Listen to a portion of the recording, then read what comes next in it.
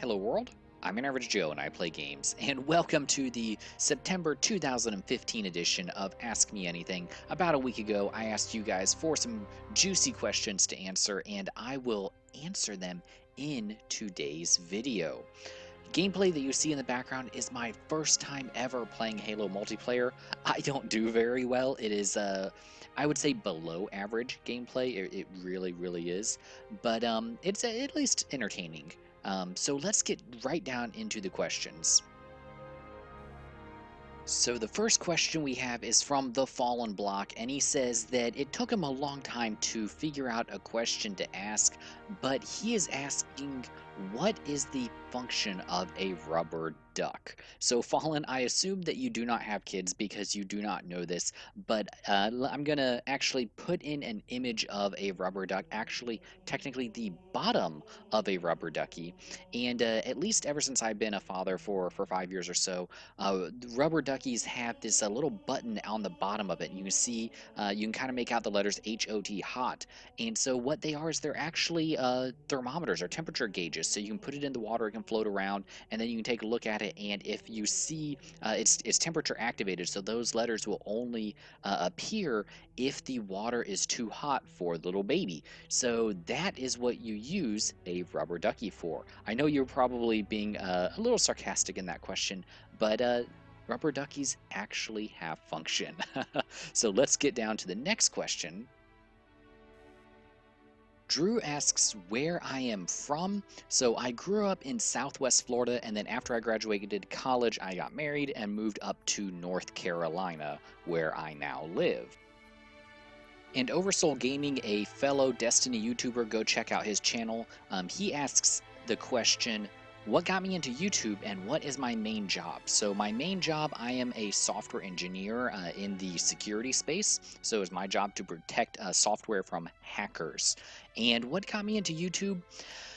So I got into YouTube a couple of years ago for a couple of different reasons.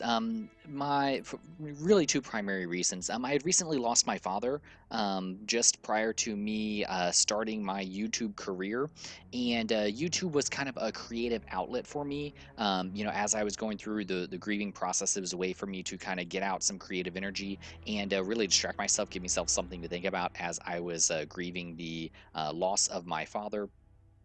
And the other reason why I got into YouTube is because I used to be really big into watching YouTube videos several years ago, and maybe 2010, 2011, 2012, and all of the YouTubers that I watched from back in the day, they've stopped. Producing content anymore. And I haven't really found a ton of YouTubers that I really enjoy and are entertained with on an ongoing basis.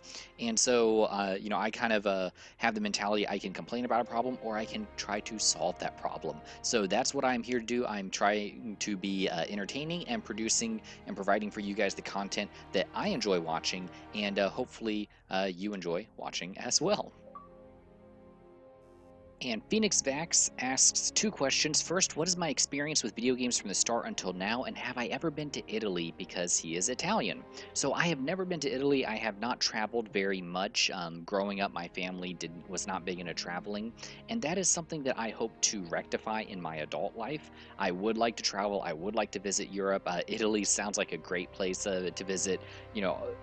Obviously, the kind of big touristy attractions. I'd love to see Rome and Venice and a couple of these other areas, but just to experience the countryside, I think it would be great to kind of wander off into the country and just experience Italy, as it may have been experienced, thousands of years ago, by the Romans and folks that lived back in the days of the Roman Empire. So I will admit that I am somewhat of romantic when it comes to the anything having to do with the Roman Empire. But For his other question, so I have been a gamer pretty much all of my life. The first video game system that we got, I was maybe 4, 5, 6, somewhere around there. It was the original Nintendo Entertainment System. It had just come out, and I remember playing a lot of Mario and a lot of Galaga. Those are the first two games that I kind of grew up with, and then all of the kind of original games for the Nintendo, the original Zelda, Zelda 2, all of the different Marios. Remember playing Mario 3 a ton. The original Final Fantasy and a couple of others. The original Metroid are the main ones that I remember. Even though I know I had a whole collection of video games, and then my brother got a Super Nintendo. Played the Super Nintendo a ton. Um, a little while later, I got the Nintendo 64, played that a ton, and then that was really the last game system that I owned for a while. So my brother owned the kind of PlayStation 2 Xbox, the original Xbox. He played a lot during that kind of era of video games. I was in college at the time, or I guess high school and college at the time. I met my wife in college, and we started dating in college. So I was busy with the lady, and did not have a lot of time to do video gaming.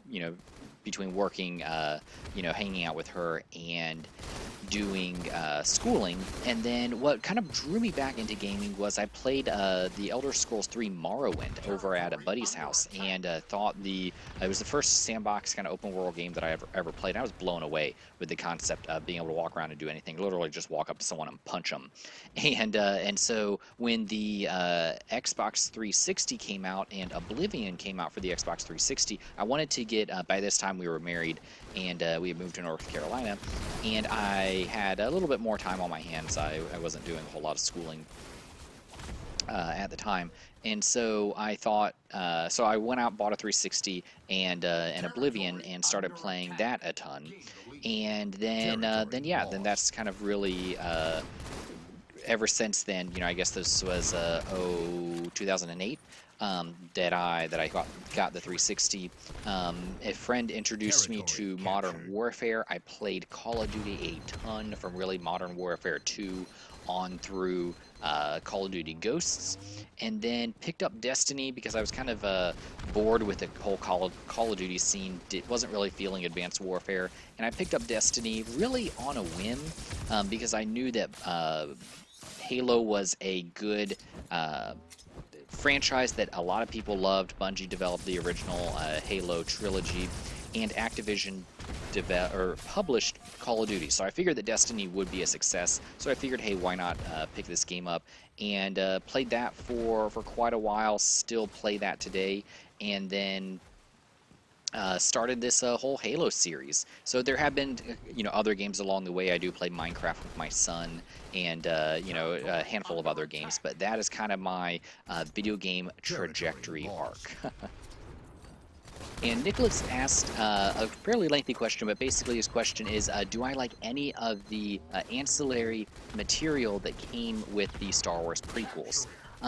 To be honest with you, the prequels were such a disappointment to me as a longtime Star Wars fan. I really felt betrayed by George Lucas at the time when The Phantom Menace came out. I've probably seen the prequel movies maybe 3 times each. And that's saying a lot. I mean, I used to be a huge Star Wars fanboy, and so I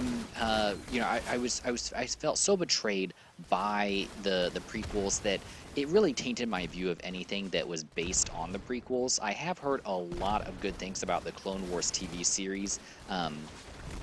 It's been recommended to me a couple of times for my son to watch it. He's starting to get into Star Wars. He's hyped for the new movies coming out, and so I may preview the Clone Wars, the animated TV series, and preview it for him. And then if it turns out to be not too bad and not too violent for his age, he's only 5 years old after all. I may sit down and watch those with him, but we'll see. The jury's still out on that one. Coping Lion asks, what is my first name and what is my favorite thing about the Taken King? Well, I am actually recording this on the Taken King Eve. So the thing that I am hyped for the most is something that we've already been able to enjoy, and that is objective Crucible game modes.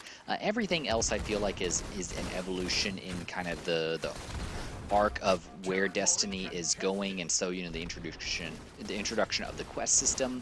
We kind of already had a preview of that with the main storyline of Prison of Elders was kind of a quest-like. So I think that a lot of the things that they're doing is kind of an evolution. You know, the new classes are an evolution, the new gear is just an evolution. But I feel like the objective game modes, particularly Rift, that we've gotten to play, is so categorically different than everything else that we've seen in Crucible. I'm loving the new Crucible game modes, and Joe isn't Joe a first name? I mean, I even spell it with a 3. I mean, doesn't everyone do that? And Drew asked another question, where will there be Halo 2 daily uploads? No, there will not be daily uploads. I'm aiming for Monday, Wednesday, Friday upload schedule. I know you guys want more than that, but that is a sustainable schedule for me. So that I think that consistency is really what is more important than trying to go for daily uploads, doing 5 or 6 in a row, and then getting burned out and then not doing any for a week. I think that you guys would be better served by me sticking to a more consistent upload schedule. Another question from Coping Lion. Will I play something else other than Halo and Destiny? So the Halo 2 series just kicked off, like I just said. Monday, Wednesday, Friday will be the upload schedule for that. I will be doing my Destiny Deconstructed series. We will be kickstarting that again with the Taken King. And so those will kind of, I'm not going to stick to a regular upload schedule for those. I'm just going to do those as I'm able. The Deconstructed series takes a little bit more time because I have to do all of the research so I get accurate information out to you guys. So I would much rather take my time with those and do one of those a week, or one every 10 days or something like that, whenever I can get the time to do it and upload it to you guys. As far as other games, I do have to be very careful as a YouTuber, so little YouTuber 101 for you guys that are interested. So the way that YouTube's search engine and kind of the search engine optimization works is it looks at the number of people that click on your video, the length of time that they view it, the amount of times that it gets clicked versus the amount of time that it shows up in a search results. So it uses all of these things, and nobody really knows the exact algorithm. That's kind of Google's special sauce, but it's all kind of done into these things. And so what happens is channels that are very eclectic, and so so let's say I had I'm at 1,700 subscribers. Let's say half of you guys cared about Halo only and half of you guys cared about Destiny only. So that means that when I upload a video, that I will get hammered in the search engine optimization statistics, because Google looks at that and it sees that only half of my user base cares about a video at a time, and that is very bad. That's part of the reason why my channel growth has stalled out a little bit, because I had a burst of people that subscribed to my channel when I first started doing the Xur prediction videos for Destiny, and they have not continued to watch my videos. And so even though I have 1,700 some odd subscribers, I only average around 75 or 50 views per video, which is very, very poor in the search or in the SEO statistics for YouTube's algorithm. What you are searching for as a YouTuber is you want to take your subscriber count, divide it by 3, and that's the amount of views that you really want for your videos. If you look at the YouTubers that are very, very successful, these guys that have millions of subscribers, if you look at that, you'll see that they maintain that viewership level over time, and YouTube really likes that, and YouTube promotes them for that. So I do have to be careful. If I have a very eclectic mix of videos on my channel, then that will actually undermine my channel a little bit. So I have to specialize for a little bit until I kind of get big in a little bit bigger, so that I kind of become inoculated to those the whims of the search engine algorithm that YouTube uses. So for the time being, it will be mostly Halo and Destiny. Those seem to be the two games that have gotten me the most traffic, and I enjoy playing those games. Now, with that said, I have thought about using streaming as another way to showcase different games to you guys. So I may be doing that. It may just be kind of more random, just kind of what I'm playing at the time. So it may be more indie type games, or I've really been playing a lot of Elder Scrolls Online as kind of the first MMO that I've really gotten into. So I'm thinking about doing something with Elder Scrolls Online. Let me know if you guys would be interested in me doing a little bit of streaming more. And I know I have a question in here. I'll have to pop the name up on the screen. Sorry, I do not have it right at my fingertips. But somebody did ask me, do I plan on streaming again? And there is my answer for kind of where we are with the channel and where I plan on taking the channel, at least in the immediate future, kind of through 2015. After the first of the year, we'll kind of reevaluate where we are. And there are a ton of new games coming out. So who knows? I may get into, any of the new games that are coming out. The new Star Wars game or a Halo 5 or Black Ops 3 are all on my wish list. So who knows where we will be in January. And RPDE Chaos, the Undeniable Legacy, asked, "Have I ever seen the Eye of the Spider video?" I'm assuming that this is the Minecraft parody video. Not until I Googled it or did a YouTube search for this video and took a look at it. So it's not my style of humor. I do get into some of the Minecraft parody videos, Don't Mind at Night and, What's the Squid Say and some of these other videos. My son particularly likes them, so it's something that I can, kind of put on and, play in the background. And the tune is at least not that bad. Some of these things are really professionally done. And lastly, Code Red asks, "What is my favorite game, and will we ever meet your family?" So I really struggled with what is my favorite game, and I'm answering this as what is my favorite game of all time. It's got to be something from the Super Nintendo era.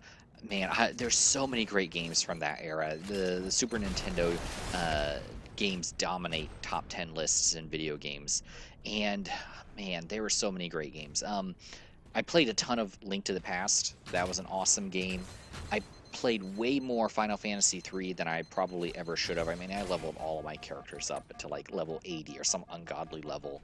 And this was a day before, or this is before the age of the internet. Yes, that age actually exists for some of you young whippersnappers out there. And I spent so many hours over the summer trying to figure out a way to bring General Leo back. It's a great game, and please don't blaspheme and tell me that it's Final Fantasy VI. It will forever be Final Fantasy III to me. I was never a big Mario fan, never really got into the Mario games, but Mario RPG was an awesome game back in the day, and Super Metroid was also, in my opinion, the best platformer of all time. Um, so yeah, so there's my favorite game. And will you ever meet my family? So as you guys know, I don't do the whole face webcam thing, but here we'll try this. No bite. Baba. No bite. Just talk. Say hello. Hello. Hello, world. I'm Andrew Shield. I play games.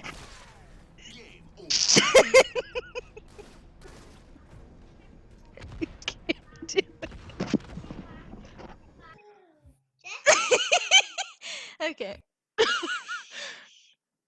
Like, comment, and subscribe. Do whatever you guys do, and see you next game.